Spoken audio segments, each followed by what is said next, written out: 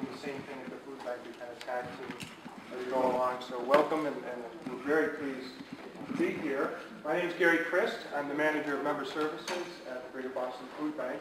What we'd like to do this morning is at least start with a presentation where we will give you a little background for those of you who aren't as familiar with the food bank as others are, as to who we are and what our mission is, and then how you all help us with that. We are partnering with all of you. We like to look at all of our member agencies as partners. So we'll go into some of that, and then I'll hand it off to my associates Joyce and Jonathan who are here as we walk through this, and then hopefully if we have any questions as we go through. You're going to see a lot of statistics, so don't worry about trying to write it all down. It all helps to understand our fight against hunger. So with that, what I'm going to do is I'm going to turn it over to Joyce, and she's going to kick us off here. Good morning, everyone. Pass the baton. This is my first time with the clicker, so please be patient. And again, there are quite a few statistics. So thank you for all having us here. We're excited to be here, and thank you all for participating. So again, Gary is the member of the manager of member services. I'm the manager of the programs department. So we do a few, and just to sort of give you a little background, the programs department, we run several programs in the Fall River area. One is our Brown Bag program, where we help serve elderly in the area. We have a kids feeding program at the Boys and Girls Club right at the street. We are very excited to do a mobile market at Bristol Community College on Monday morning for all of the students there. So just a little bit about what we do in the area. So again, these are a lot of statistics, and they fly in from either side. So I think everyone knows, hunger has been in the media so much and so often lately, and I think that you've all seen that. I'm just going to talk a little bit about the slides and then just see what I've seen and what I've heard working with our partners in the area as well. In the newspaper, but that's the newspaper. They don't read it in the light of 6.18% unemployment. That means my neighbor is unemployed. I have someone in my neighborhood who's unemployed. We don't think about that. We think about it's in the city. It's the people that are living in the city. But it's not. Again, with the costs that goes in, hunger does hurt, and it continues to grow, as you can see from here. The cost of food, cost of living, that doesn't change. Incomes of individuals, that does. So with the fluctuating annual federal and state subsidies, we're trying to remain as dependent, if not more, on the private sector to help us. So we're getting this message out. It's becoming a very effective message as we can now go to potential donors and open their eyes to what hunger really is and what the need is. And people have been able to help us because, as you know, those of you who are members of the USDA is going down, and it's going to go down again. We are looking at about a 20% drop this year.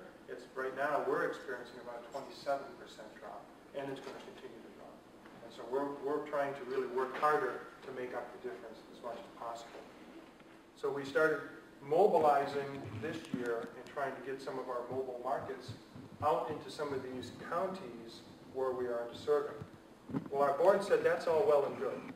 And yes, rah-rah, you're doing a good job, but are you really? So take it down to the next level. So now we're down at the street level, and we're looking at city by city. Are we making that? So you can see the red means we are not making the goal at all. Doesn't mean there's not food going into those areas, but based on the data that we have, food bank food is not in some of these communities. Now that's based on, for example, let me pick someone here in Rehoboth. I think we have a dot. Estimated food insecure individuals over 15,000. The amount of meals provided, or the amount of meals needed to provide that 1 meal a day is close to 1 million meals. Where are we? Based on the data of what we know of agencies that are members of ours in Fall River, we're at the 750,000 mark, or roughly 80% of goal. Now that's only based on the location of where that program is. Doesn't mean that the food's going elsewhere or people are coming from other areas. So we've sent out a survey saying, can you tell us what, or give us an estimate of how many of those individuals you're serving are from this town or that town. So we'll have you select a county that you're in, and then start telling us how many people in all the towns that surround you, so that these numbers will start changing color as we know that the food's going here and there and as we look more closely. But this is based on census data. It's based on data that we got from Feeding America, so you're probably wondering where did we get this data from.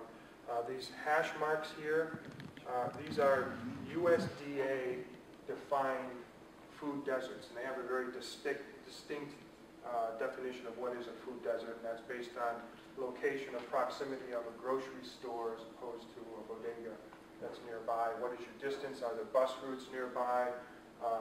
Things of that nature. So these are areas that, according to the USDA, are food deserts. But we're getting more ramped up to get more investigative of these areas, and we're now looking at how can we do more.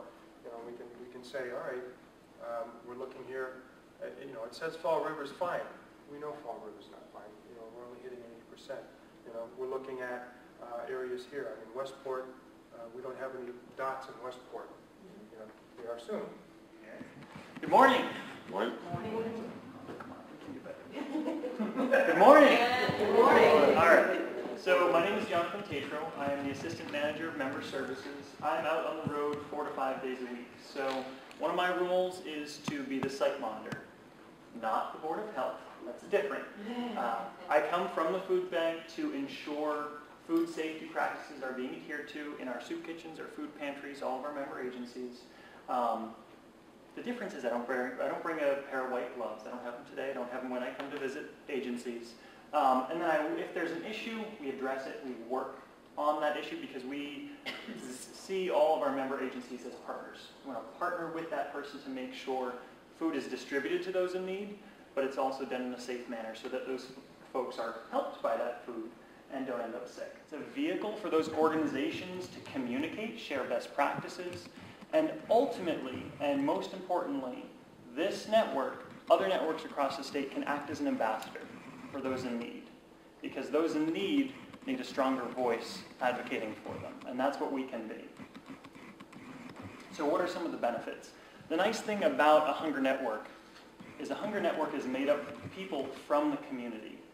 A hunger network can be whatever you all need it to be, whatever the people in your community need it to be.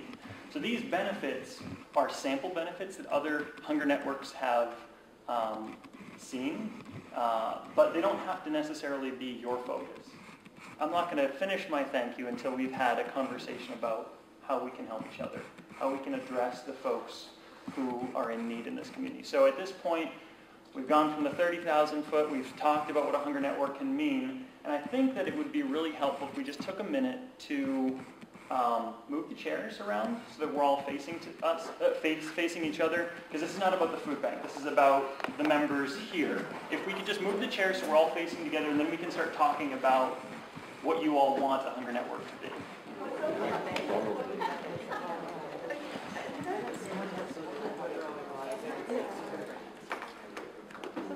Just say what agency we're from, who we are. That way we sort of know who all is in the room. Do you want to start? Sure. This way.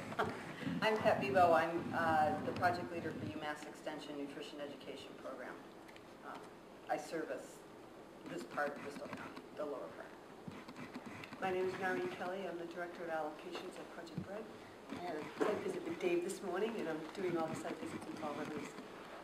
My name is Marilyn, and I run the food pantry at People Incorporated. With confirmation of the day and time, and we can meet again here. So, pick a day, ladies, gentlemen. Afternoon. I have my planner with me, so pick it. What time is it? Did you say afternoon's better? Yeah, I have a kitchen running right now. I know, and that was the thing. I couldn't get representation okay. from the Salvation Army this morning That's either because okay. they were short-staffed. They had a kitchen open here. It's on Will- Wednesday. A Wednesday, yes. What time is 2 o'clock? 2 o'clock? Will that get you out of the kitchen? I have Tuesday and Thursday, so any other time is fine. But Okay, so that's that's okay. good. Fine. Does that work for you guys? It works for me.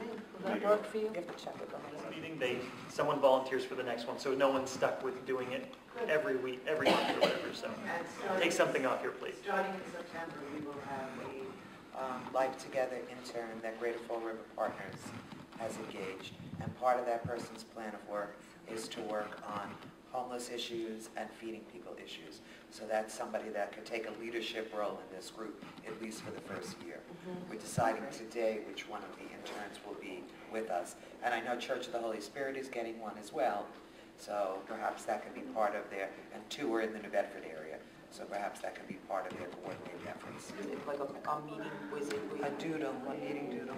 Will you send it out? But it's much easier to just print it and make everybody try and come, because then you can send people and say this. Yeah, maybe I should. What's good for you, Lisa?